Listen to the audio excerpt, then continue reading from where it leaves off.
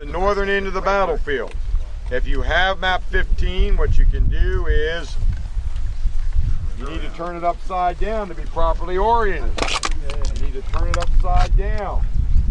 You need to have Longstreet at the top of your map, upside down, and Hooker at the bottom of your map, upside down. You can see all the blue. Where it says Hooker in the 1st Corps, that's where we are. Let's get oriented on the ground. You've got your map. Let's put the map and match the map to the ground. We're in the North Woods. The trees here that are growing are all part of the North Woods, part of the reforestation effort by the National Park Service to bring us once again the North Woods. Joe Poffenberger Farm is immediately behind you. That's where Hooker would spend the night along with the 1st Corps on the night of the 16th, 17th. Off to our front, 1 mile from here. Well, first of all, you can see the Harpers Ferry Gap, dead ahead. Harpers Ferry Water Gap, due south of us. Due south of us, you can see the Visitor Center. The distance from here to there, 1 mile. Between us and the Visitor Center, you have pasture, and then you can see where the bus is. The bus that's parked there presently. That is 1/2 mile from here if we walk straight ahead, and that is the south end of the cornfield. We will not be walking straight ahead. Instead, we're going to be walking that direction, which will take us into the East Woods. There is the East Woods. Off in that direction, you can see the house. That house stands over 60 feet high. Look at how high we are. You can only see the roof. That is the D.R. Miller farmstead. The barn, in fact, is virtually invisible. That was just beyond the D.R. Miller house. That also stands about 60 feet high, so you're elevated here. And the West Woods is just beyond the D.R. Miller house, that tree line you see in the distance. Nicodemus Heights. The tour that we did the last time that the Chicago Roundtable was here, we took you up on Nicodemus Heights. Nicodemus Heights is that high ground that you see off to your right. The reason we did not take you up on Nicodemus Heights this time is because you can't see anything from Nicodemus Heights anymore. The trees have grown up so much, it's almost impossible to see any part of the battlefield. Nicodemus Heights is within the National Park boundary. It is under easement, but it is all private property. But it's not even worth the trip up there anymore, frankly, because you just can't see much of anything as a result of the growth of trees. So that gives you a good perspective. The battle will begin here, and it will tell you about that. I just want to reinforce one thing. The very fact that Joe Hooker just arrives here means George McClellan has had success. Let me repeat that. Hooker's very presence here with the Union 1st Corps, McClellan has accomplished his most important mission. And what am I talking about? It's very simple. The Hagerstown Turnpike is right there. Joe Hooker has seized the Hagerstown Turnpike. That means that Pennsylvania is safe. Robert E. Lee cannot go north. Now you're saying, what are you talking about? Lee had no intention of going north. Lee was going to fight a battle. Wrong! Wrong! Wrong! Robert E. Lee never intended to fight a battle at Sharpsburg, ever. Not even on the 16th. Lee is here not to fight McClellan, but Lee is here waiting for Jackson and the rest of the army to join him so that Lee can, and I'm going to use a 4-letter word, move. Not fight, move. Pennsylvania is less than 15 miles that direction. You can be there in a day. Why would Lee quit the campaign when the plan all along was to go to Pennsylvania? So we're almost there. We're a day's march. The Hagerstown Road takes us right to Pennsylvania, right through Hagerstown. And so he's not here to fight, but to move. And he's waiting for Jackson and 2/3 of the army to join him. Now, if you go with Hartwick's numbers, which are ridiculous, I do think that Lee had about 40 to 45,000 men. I don't think there's any way it was over 45,000. But that means that 30,000 aren't here yet. So Lee has to wait. Lee's here. McClellan says, okay, you didn't go home. First thing I'm going to do is make sure you cannot go into Pennsylvania.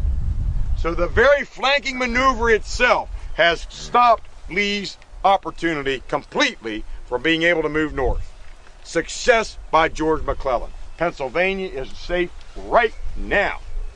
Lee cannot go north because Hooker has seized the Hagerstown Turnpike. That's what this is all about.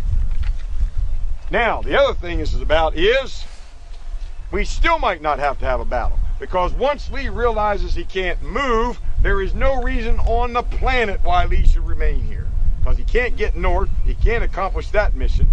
So the best thing now for Lee, because he is to have a river behind him, he basically is trapped, is to go home.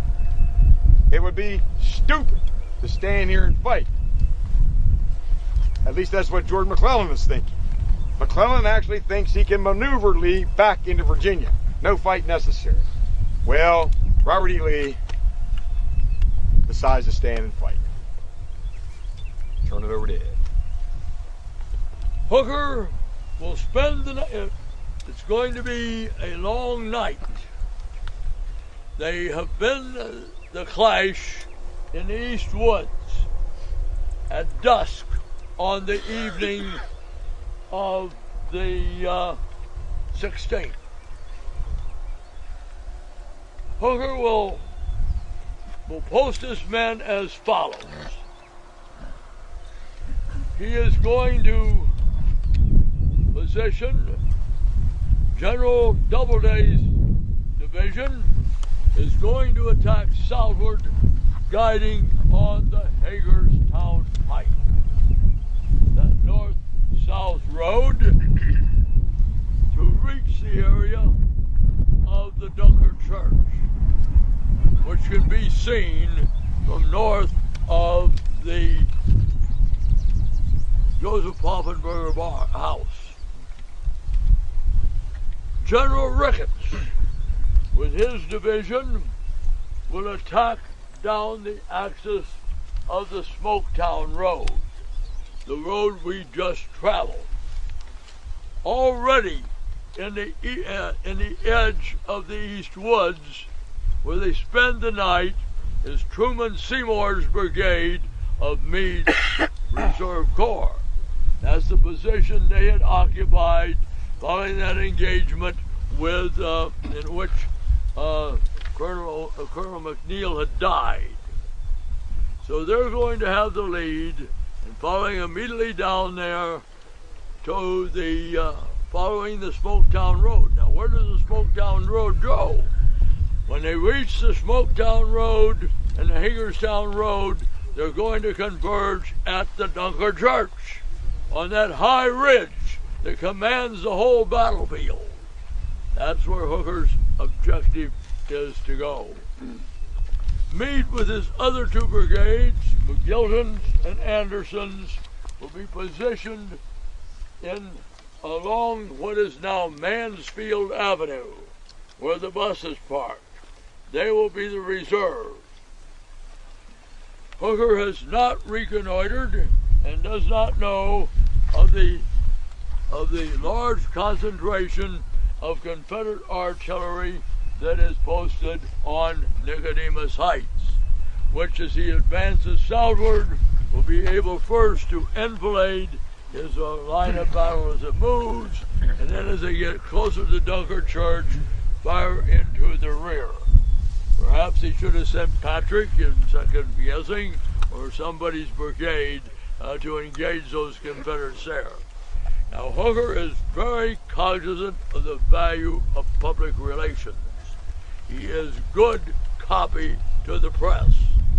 He makes outrageous statements, and it's going to start raining a little before midnight and rain till about 2:30. So Hooker, his staff, and the newspaper correspondents are inside the Poffenberger barn, which is just behind those buses.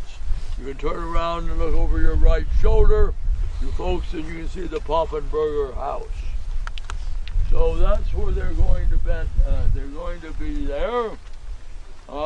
There's not good. Now Mansfield will go into camp, the Lines Farm, at 4 a.m.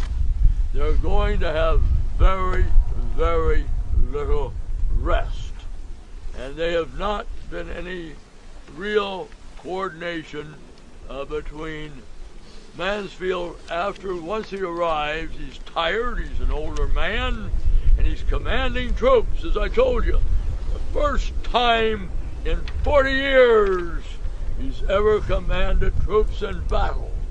People that have been in the military, in a combat arm, what do you call staff officers? Staff pukes.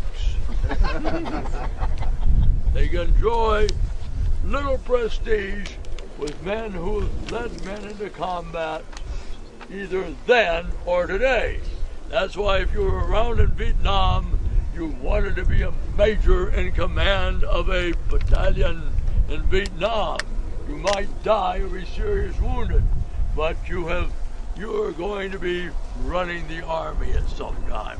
You're not a staff puke. You got to remember those things.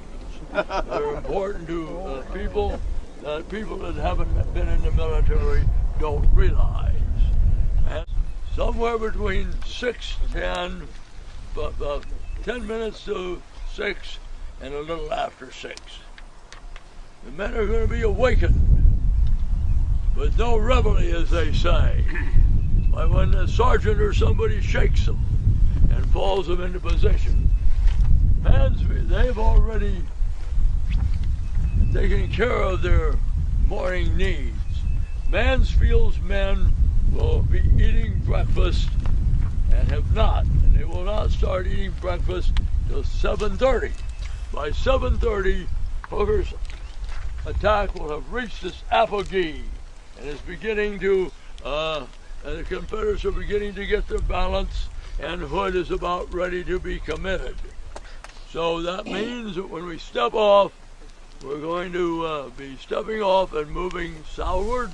Dennis has indicated we've got hay fields, we've got fallow fields until we hit that 30-acre cornfield. And then we're going to have, and that 30-acre cornfield had a post and rail fence on only its north side. It's fenced on the other 3 sides, but only on the north side does it have a post and rail fence. Now the post and rail fences weren't like the Park Services are. Those are called whip fences in my mind.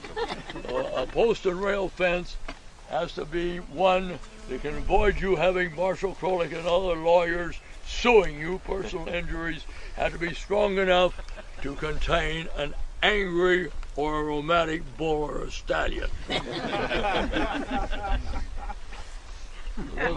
So we're ready to move off, and we're going to make sure that you are properly oriented.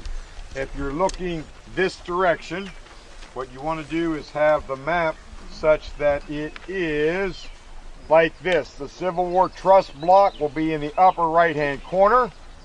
Hooker will be in the lower right corner, and the 15 will be in your lower left corner. Then you are properly oriented. The Poffenberger Farm is off to our right. If we step forward, well, you can't see it because of this, but the Poffenberger Farm is off to our right. This was all pasture here in front of us. We have not yet come into the cornfield. Notice you cannot see the Hagerstown Turnpike on the other side of this rise. Notice the rise is so high that you cannot even see the top of the D.R. Miller house. And so think of it as a crown on a football field. If any of you have ever been on a football field, you know that football field's not flat. It comes up and crowns and goes down. It's good for drainage. So that's exactly what we have here. It is this crown that starts here in these woods. It rises and then it goes down slope on the other side. So in other words, those men who are with General Ricketts can't see what General Doubleday's doing. You can't see the other side of the First Corps because of the topography in between. Once again, to illustrate how important the terrain is. Understanding the terrain is really, you don't care how good a commander you are, and how good your orders are, and how well your orders are presented. The execution of those orders is almost always dependent upon the terrain. And here you get a good example of how the terrain can affect the movements of an army and the vision of that army. The Confederates are going to be on high ground to our left where you can see the monuments. They are not hiding in corn. That is another one of the myths of the battle. Look at your map. You can see when the Confederates begin when the Union begin advancing, you can see that Lawton and Jones are about 100 yards south of the cornfield. And for many years, the park used to have the cornfield extending to Cornfield Avenue.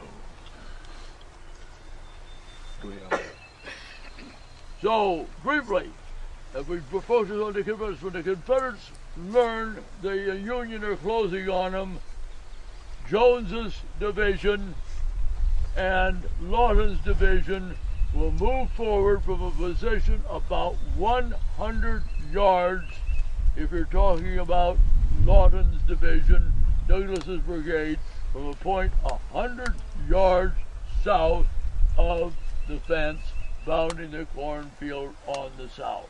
Only then do they move up to the south boundary of the cornfield.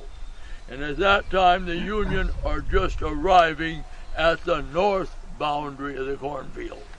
Remember, the north boundary of the cornfield has a stout post and rail fence. The south boundary of the cornfield has one of these wimp Virginia worm fences down that any person can kick down. Notice that the initial Federal advance is principally along the Smoketown Road. The Smoketown Road is not this. As Ed pointed out, this is a park avenue built by the War Department in the 1890s. The Smoketown Road parallels this and is just on the other side of those trees. Then the buses came from behind you to the north, coming south. We traveled on that dirt Smoketown Road, and it goes into the East Woods. Notice that the initial Union movements are not targeted at the cornfield, but they are targeted into the East Woods, to our rear, behind us. So as we continue to follow here, we're actually following the initial advance of Ricketts as he and his men moved into the East Woods. And Ricketts are going to be wrecked by our next stop. Ricketts' division is going to be wrecked by our next stop. And that our next stop is only going to be about 150 yards. The Union will advance artillery. The park is now positioning. They only have a limited number of cannon. Can you see those two cannon? That's where Ransom's battery is going to be advanced to. So instead of just having 2 guns, Ransom is going to have 6 guns up there. He's moving forward to give the Union support when they run into enemy resistance. Now when Hood counterattacks, they are men of Law's brigade are going to force that battery off of there. Law's men are going to reach, in their counterattack, are going to reach this area here, where this high point is, but they do not get any further. That's going to be Hood will begin his counterattack about 7:30. About 7:30. Now remember, by that time, Ricketts is going to be in deep trouble, because Hartsuff is going to be wounded, and Hartsuff's brigade is going to break up. Your great-great-grandfather is going to see the firing, hand his reins to his aide, and head that way, and then resign. One could debate and that. that's going to leave just Duryea's brigade of 1,000 men of that 4,000 man division will be going forward alone when we get that. Now remember, they are advancing on the Smoketown Road. So we're getting now, remember, as Dennis pointed out, the fighting, serious fighting begins on the Smoketown Road first. The Confederates, on learning that, are going to begin to pull men Now, Hood's men get the most publicity because they're going into, except for the 5th Texas, they're all going into the cornfield, Hood's division. They're going into the cornfield. The people that are going into the East Woods are going to be coming up, are going to be Ripley's brigade and we heard about Ripley yesterday. He's not the best or the brightest. And McRae is carrying comes up with the remainder of what is left of Garland's brigade, which has been badly beaten up. So they're going to be the first. They're going to be the first reinforcements are going to arrive, and they will arrive to support the Confederate troops in that area, which are going to be John G. Walker, Stonewall Jim, as he's called, a man who got kicked out of VMI on account of on account of Thomas Jonathan Jackson, commanding a brigade of Georgia boys, Alabama boys, and North Carolina boys. Any questions? What's the time? All right, now you're going up there. You're going to There get was a question. What's the time, Ed? The time here. What time of the day? Dennis? Is it? Well, the time of the day, right now we're at 5:45 to 6:15, 6:20. Is there still ground fog? Not much that morning. We had rain the night before, not much, but light rain. Their visibility was not bad. It was very, very damp, and it was very humid. But the fog was not like it was on the 16th because it actually rained the night before. Any other questions? Dennis, our Gordy had an interesting short story to tell about this field. We started out with Gordo, Hitler. you have a story? Story? that. Yeah, the one you were telling me. Oh, about 3 years ago. You can see the cornfield is the green area on your map. We are at the northern edge of the cornfield, which means it's going to be the side of the cornfield that is closest to Hooker and closest to the north side of the field where it says Hooker and Mansfield. We're going to be progressing through the cornfield. It's not very big. It's only 30 acres. It is outlined by the fences that you see here and outlined by the fence you can see over to your right. Where the buses are, notice the cornfield is not flat. Notice we can hardly see the top of one of those buses. It elevates and then it goes back downhill once again. And so even the monument, you can see that there's the New York Monument, which is out towards the Visitor Center. We're a little more than a half mile from the Visitor Center. You can only see the top of the New York Monument here. This is important because this actually provides some shelter for the Federals. Just like in the Pickett Pettigrew Charge, because it is not simply a flat surface and you've got undulating terrain, there are many points along that way where the Confederates are sheltered from enemy artillery and bullets. Here's a good example of that too, that if you were in this draw right here, you actually get some shelter from an enemy that's in front of you. The Federals will be attacking from your rear, from your right, and from your left. The Confederates are going to try to hold this high ground. The D.R. Miller property is off to our right, the D.R. Miller barns to our right, and the Hagerstown Turnpike's to our right. It's going to come in here and play a factor for the first time because, as Ed's going to illustrate, at this point, Doubleday will be called in. The question was asked while we were walking, why doesn't Hooker coordinate his attack? In other words, why doesn't he use the 1st Corps and the 12th Corps combined? I think Ed said it best.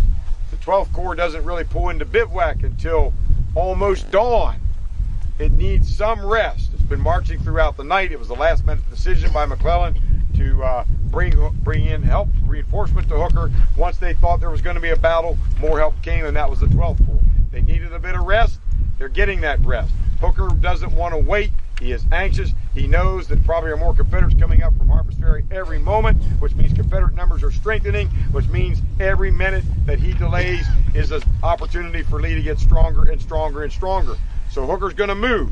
He doesn't move with the whole corps at once, and one reason he doesn't move with Doubleday is because Doubleday's mission is to protect the right flank of the Union Army. You don't move with everybody and have your flank exposed. And so Doubleday early in the morning is going to be facing basically Nicodemus Heights. You can see Nicodemus Heights off to your right where the high ground is. If there are rebels over there, Hooker needs to be worried about it. So initially Doubleday's troops and artillery, much of it's facing that direction. They're going to change once Hooker figures out Ricketts isn't going to get the job done by himself. They're going to turn them, and then he's going to commit Doubleday to the field.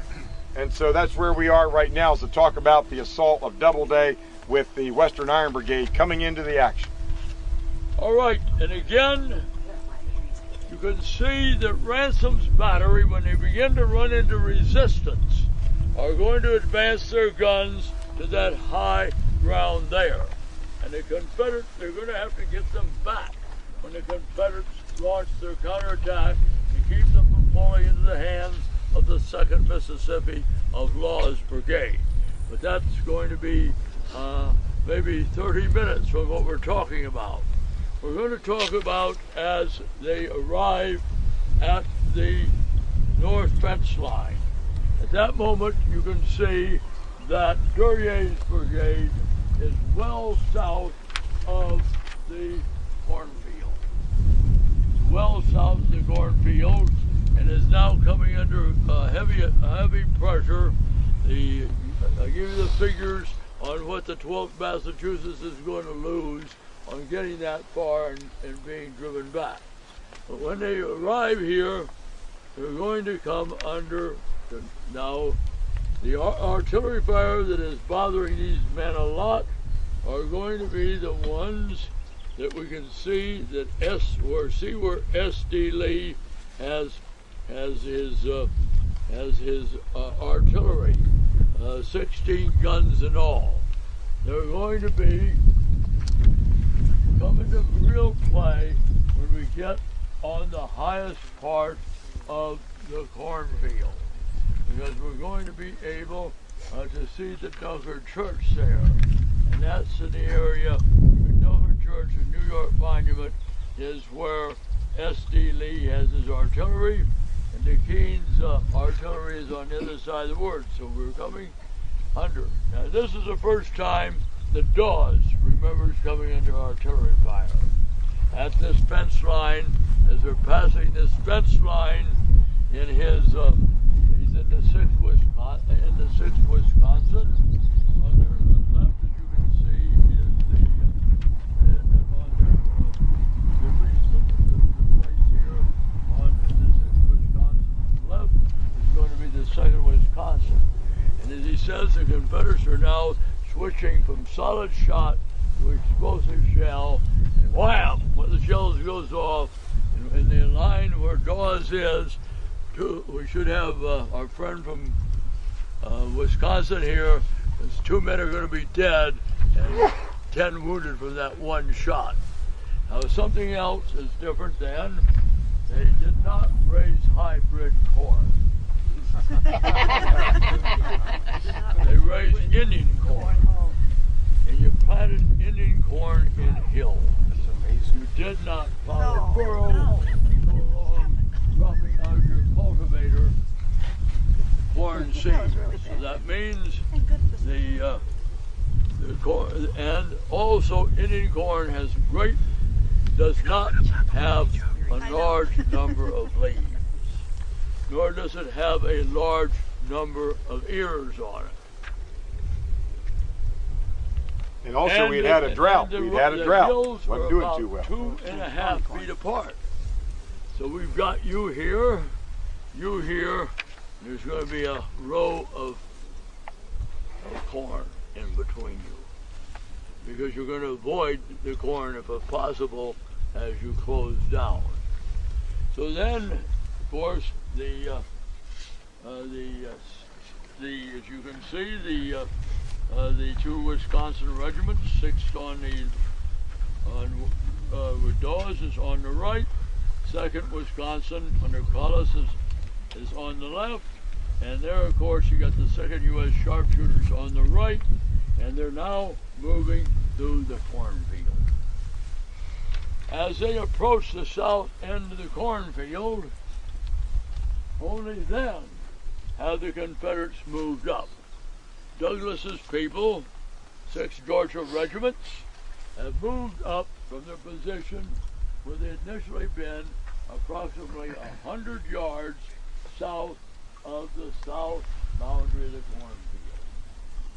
and they moved up there where you have a Virginia worm fence, and they're waiting for this is when you get the stories about the corn and the men moving through the corn. But remember, this is after Duryea has already passed through the cornfield onto the east side of it and advanced several hundred yards, at least 150 yards south of it.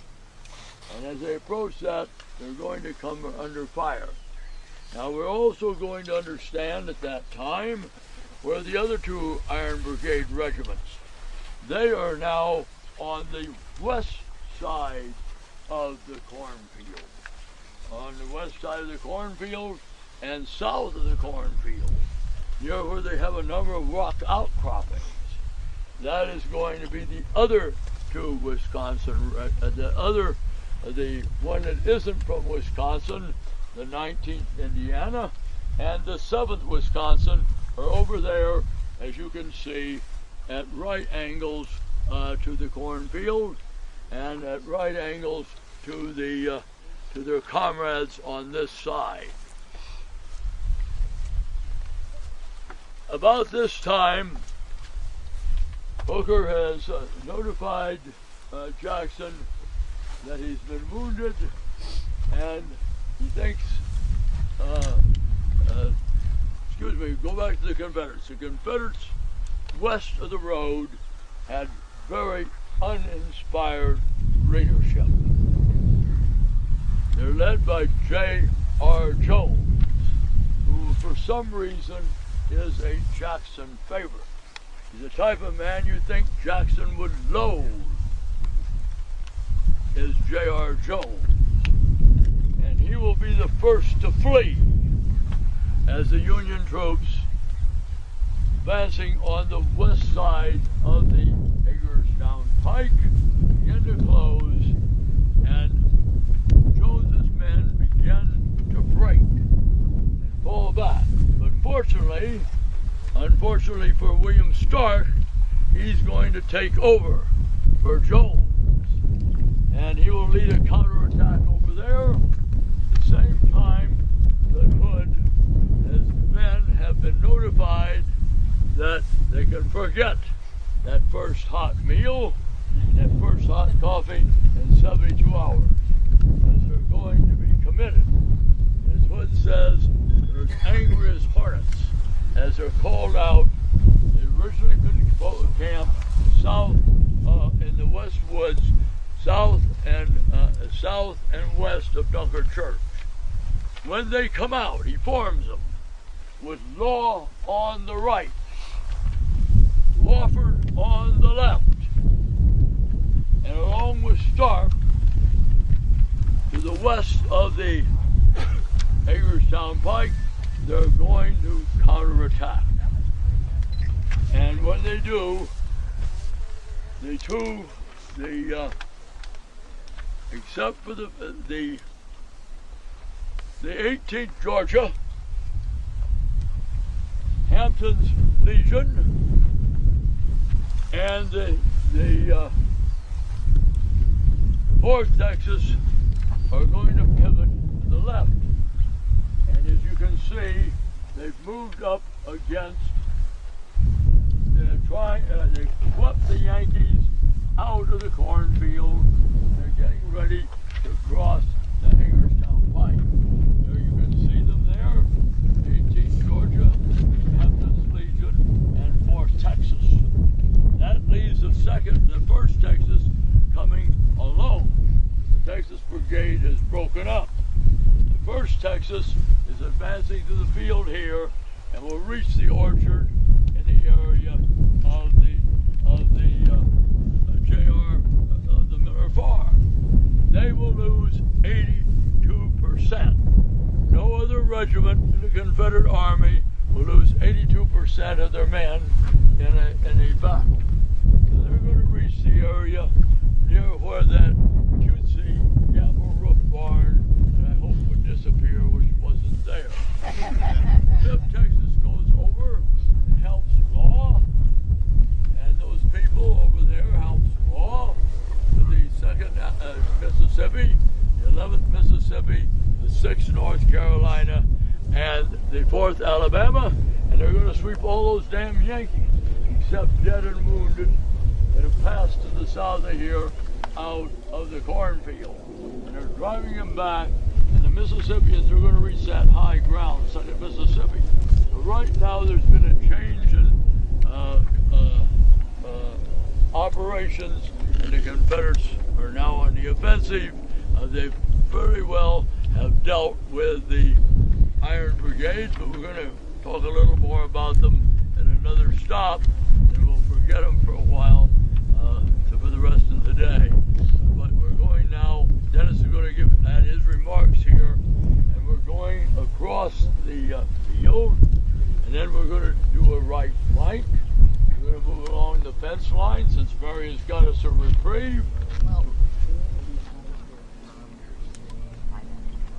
Okay, we've got about 15 minutes, and so we're going to go here, and then we'll walk down the...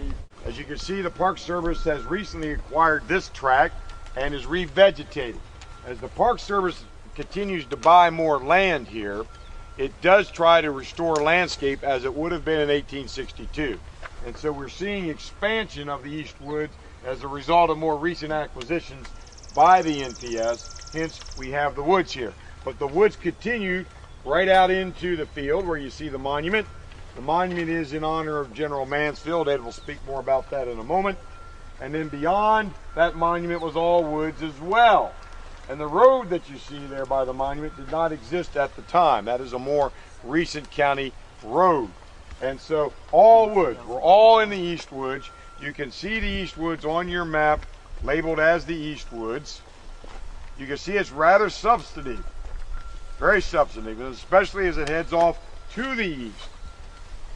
The East Woods will continue all the way down to where you see the little pipes here, these plastic pipes. The purpose of this is to keep the deer from killing the new vegetation. This will stay up quite a number of years until the growth will continue and the deer won't kill these trees. But all the way down to the south, where you can see the plastic pipes terminating, that is where the East Woods terminates. So we still have another almost 200 yards to our south that is still in the woods. No woods this direction. That is the cornfield. All woods this direction. So it is a massive part of the battlefield that people now think is only this little section of woods. It never was. It was much, much bigger. One word about North Woods, East Woods, West Woods.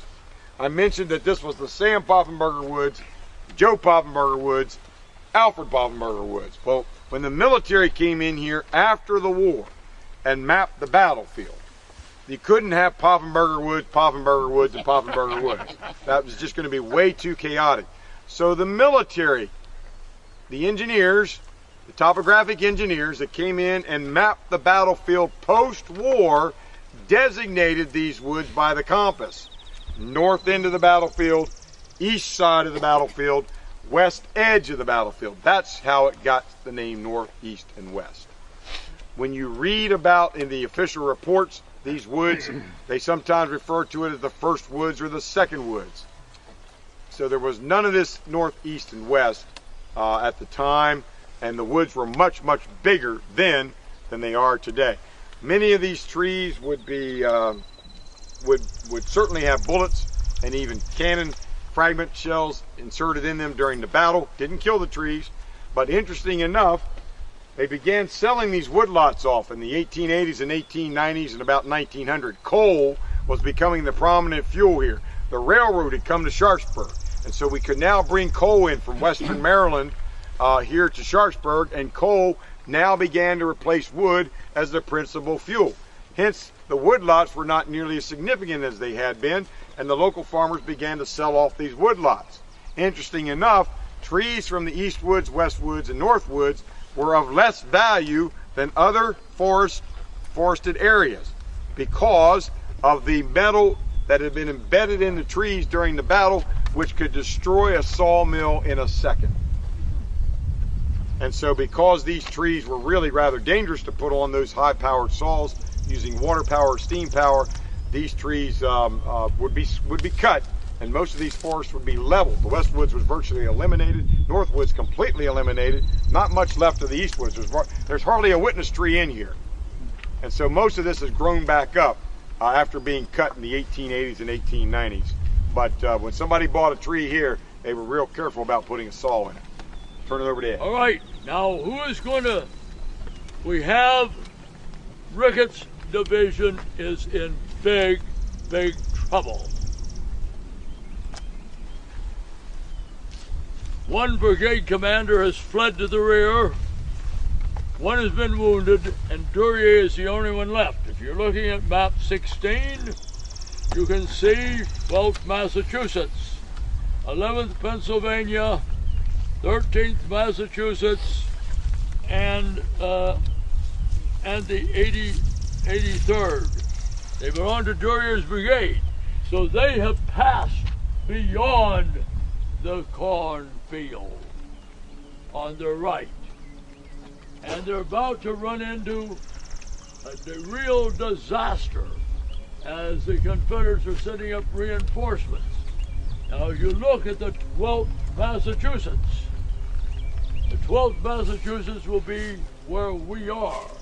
As you can see, the 12th Massachusetts is going to be south of is eventually going to reach an area south of the cornfield, which shows up well on your map. They're going to be north of the cornfield. They are going to belong to Duryea's brigade, who's soon going to be commanded by Colonel Coulter. As they advance, he let you know just what's happened to them. If you're in the 12th Massachusetts, you're going to have 335 men at roll call that morning. When you have roll call that night, you're going to have 110 men left. You're going to be the heavy loss of any Union regiment in the Battle of Antietam. It's going to be the 12th Massachusetts. And they're going to use most of them when they run into the Confederate counterattack south of the west of the cornfield and out of the East Wood. At that same time, the Iron Brigade is just reaching the east by the cornfield. That will be the two regiments on the left of them, of which the guy that lives a long time, Rufus Dawes, gets to write a lot. A lot of what we know about the Iron Brigade here comes from the pen of Rufus Dawes. And we'll be joining him up at the next. But now the Confederate counterattack has started. And who you're going to see up here, out of the woods, heading for that high ground where those guns are. That's the 2nd Mississippi of Law's brigade. So at this time that we have this map come up, Hood has committed his men, and Law has recovered the cornfield supported by the 5th Texas. So the Union troops that advanced south of here are going to be run out of here, and Law's men, the 2nd Mississippi, are going to be going after those guns over there, which are really 6 guns rather than 2 guns. So we've moved, as we move toward closer to 7 o'clock, the tide has turned. Hooker's attack has been checked. Hooker has been wounded. Will soon be leaving the field, turning command of the Corps over to George Gordon Meade. He's got his $1 million wound here. He's going to give him a lot of good time for himself in Washington, going up to the halls of Congress after this battle, telling how good he is and selling himself to the radical wing of the Republican Party. He will be the darling of the radical wing of the Republican Party. Guys like Frye will be on his right hand, cheering him on. Dennis is a typical right wing. Thaddeus Stevens, right? Thaddeus Stevens, right here. Have you got a club foot? Have you got a colored mistress? Well, you were calling me a radical Republican. I thought I'd take the most radical one of all. Yeah, but you don't have a club foot. No, I don't, but I'm sure you would give me one. Do I have a black mistress? Not presently, no. I don't. So that more or less takes up here. We've got a change in the tide of battle, and as Mansfield comes up to relieve and support Hooker, Mansfield will be almost the first person killed. The 12th Corps has 60% of them have not seen combat. So one other thing about the 12th Corps. All of you have heard the name Nathaniel Prentice Banks. When you hear the name Banks, you do not think of victory. So these boys in the 12th Corps had been with Banks previously in the Shenandoah Valley under Stonewall Jackson. You know what happened there. So, and they come under fire. So Mansfield, somewhere near where we can see that inverted cannon, about 300 yards, about 150 yards from where you can see his mortuary column, he will get off his horse, go up and personally reconnoiter, and be shot in the body. It's to the left of the big monument. It's to the left of the big monument. It's basically in line with the trees, and you can see it. If you know what you're looking for, it's an upside down cannon, which we refer to as a mortuary cannon. It's in that vicinity. Out in that field, and Mansfield gets shot. And it's going to be, you can see the concrete, you can see the stone bank. And he's going to be taken back to the Lyons farm, and before midnight on the evening of the 17th, his career is going to pass. He crosses a great divide. He either goes to hell or heaven, I don't know which. We better be moving on. All right, we'll now go to Union assault coming from that direction. The first attacks came from the east woods. Basically right at this angle, coming at this angle, and they go beyond the cornfield. They end up in that field out there. That's how far they advanced. They stopped. They're stopped. Ricketts failed. Back he goes towards the east woods. The second advance by Doubleday comes at a whole different angle, coming along this direction like this, because they're using the Hagerstown Turnpike. They get stopped. They go back. So what happens is that Lee and Jackson see a break in the center of the Federal lines. There's basically nobody here for a bit. There's a hole, a gaping hole, between Ricketts on your right and Doubleday on your left. That's why they exploit with the advance and counterattack on Hood. Hood is brought in basically to just break all momentum and break them up in the hole. So in they come with part of Hood's been going that way, part going this direction, and as Ed pointed out, the 1st Texas right ahead. The reason the 1st Texas gets slaughtered is because as Hood's been pulled back to your left and start to pull back to your right, the 1st Texas is out here all by itself with Union forces coming in on both angles. They figure it out quickly. Let's get out of here. And as they're moving back in this direction, you can see the 1st Texas boys just being shot down by the Dutchess from advance from left and right. I have to talk about the 1st Texas just for a moment because my wife is a Texan. My wife is from San Antonio, and I have to talk about the 1st Texas. That is part of the marriage agreement. So it was a bad day for those boys, as Ed pointed out, 82% casualties. And what that means in human terms, don't think of that as a number, but think of that in terms of 8 out of 10 of those men, family men, fathers, sons, brothers, uncles, cousins, they all came from the same area.